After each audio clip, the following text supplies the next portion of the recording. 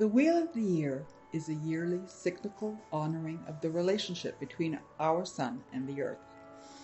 It grew out of agrarian cultures based in Europe and was personalized by the regional myths and legends. Several of the holidays we continue to celebrate today come via these earlier traditions. There are 8 spokes on the Wheel of the Year, 3 that are related to the harvest: Lammas, Mabon, and Samhain. Mabon falls on the autumn equinox. Being as the climate here is very similar to Northern Europe, it is most closely connected to Canadian Thanksgiving, and many of the foods and themes are identical, gratitude for a safe harvest being primary. In European cultures, the word corn refers to all grains, not just what we call corn in North America. Other Mabon foods include apples, grapes, pears, hazelnuts, sage, red wine, mead, honey, wild fowl, squashes, and late melons. From the Mabon harvest comes the tradition of corn dollies and the story of John Barleycorn, making it very appropriate for corn in some form to be on a Mabon festival table. To that end, we will be including a corn soup and making cornbread in today's video. Additionally, all the items mentioned today have full instruction links posted below.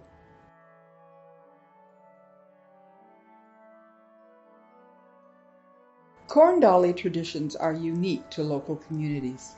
From one farmer winning the honor for the village as first to finished harvesting, to each farmer making his own. Some dollies were small, and other communities preferred theirs large. Some dollies were made from corn husks with long, wide skirts, and others were braided wheat sheaths with intertwined ribbons. These dollies were created to hold the last energy of the grain, an energy that would be returned to the soil in the spring to live and grow again. So when you're shucking corn, think about keeping and drying the husks and making a corn dolly for your home. It is a symbol of our relationship with Earth and the bounty she brings.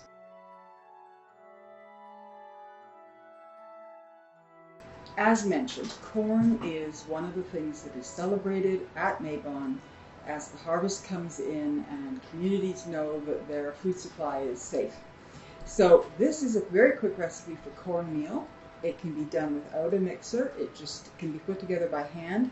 All of the ingredients have been pre-measured, and the link to this recipe is in the section below. We're going to do a plain cornbread muffin, but you can add peppers and jalapenos and cheese and make it a savory dish, or you can add fruit and jam and make it a sweet dish. But we're going to get started and put this together and pop it in the oven. So we have room temperature butter, which makes it really easy to mix together. And to that, we're going to add in some sugar. And once we have the sugar well blended, we're going to pop in an egg. This is the kind of recipe that you can get the kids to do in the kitchen to have some fun with and participate. It only makes half a dozen muffins, and that is usually enough for a family, but it can be easily doubled if you need to make more, or tripled or quadrupled if you have a big household. Now, I'm going to put the cornmeal in first because this gives it a little bit of time to start and add the moisture to the cornmeal. And then we're going to take some of the buttermilk and add that in as well.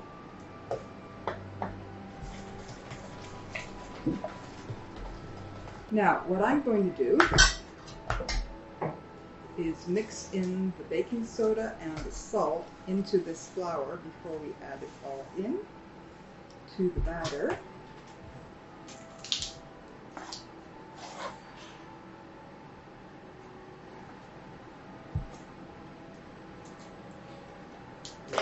These will be the sides. Stir this up a little bit. Blast the buttermilk.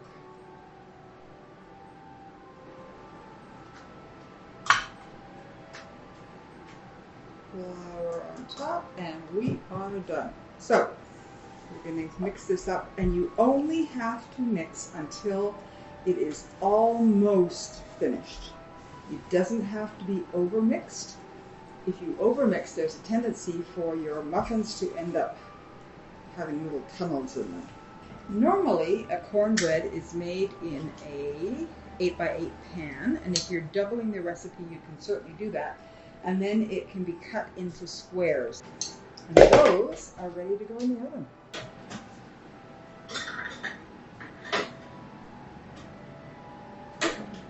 Okay, and we're done. Give your muffins a few minutes to cool down and then transfer to a plate, and we're going to serve this with some butter and honey.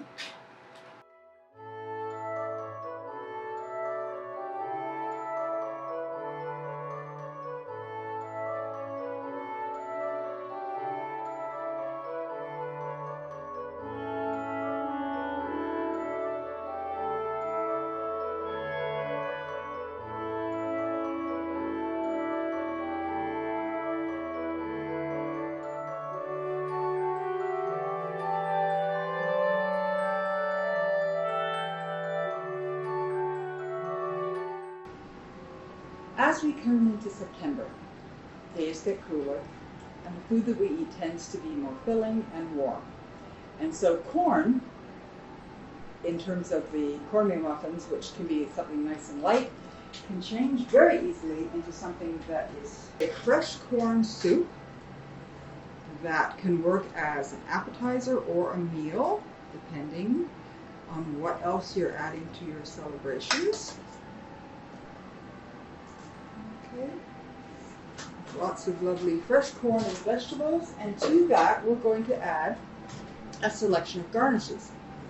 This is a crispy salami, and the reason that we're doing something like this is because sausage and preserved meats are also part of Mabon. Any animal that is taken is processed as much as possible so that all the pieces are used, and this crispy salami is a representation of that nurture. We also have some lovely red peppers, the last of the chives from the garden, and a few extra corn kernels on top. And there you go. We have done some savory items, but in the link below is a recipe for a Mabon fruit crumble, which is made from apples and pears and plums and some mincemeat. And we're going to include a sweet option here to enjoy for dessert. So, I'm going to try.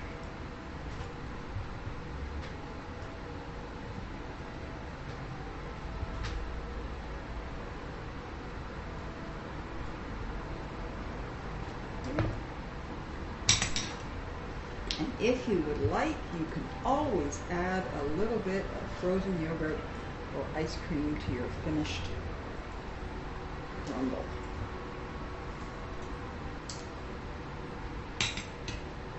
Many of the celebrations of the Wheel of the Year include fire of some sort, because it is the relationship between the sun and the earth.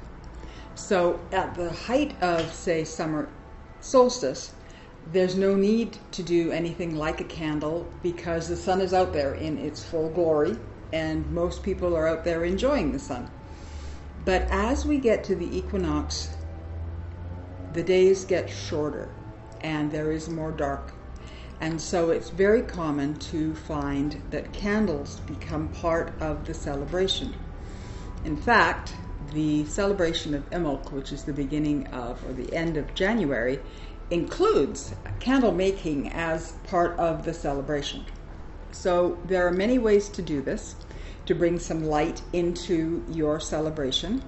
They can be done through buying a candle, or they can be done through making a candle. This candle that we're about to make is a really good family project. The things that are used for decoration you can find in a walk in nature, flowers in bloom around your house, even food that's sitting in the fridge. And that is how this one came together, how it was put together. There was a walk in the park, there were leaves that were collected, and flowers, things that were in bloom.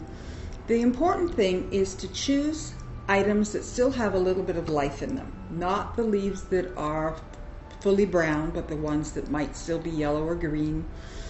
You would like to be able to find things that really show that, yes, we are at harvest time, but there is still life in the planet.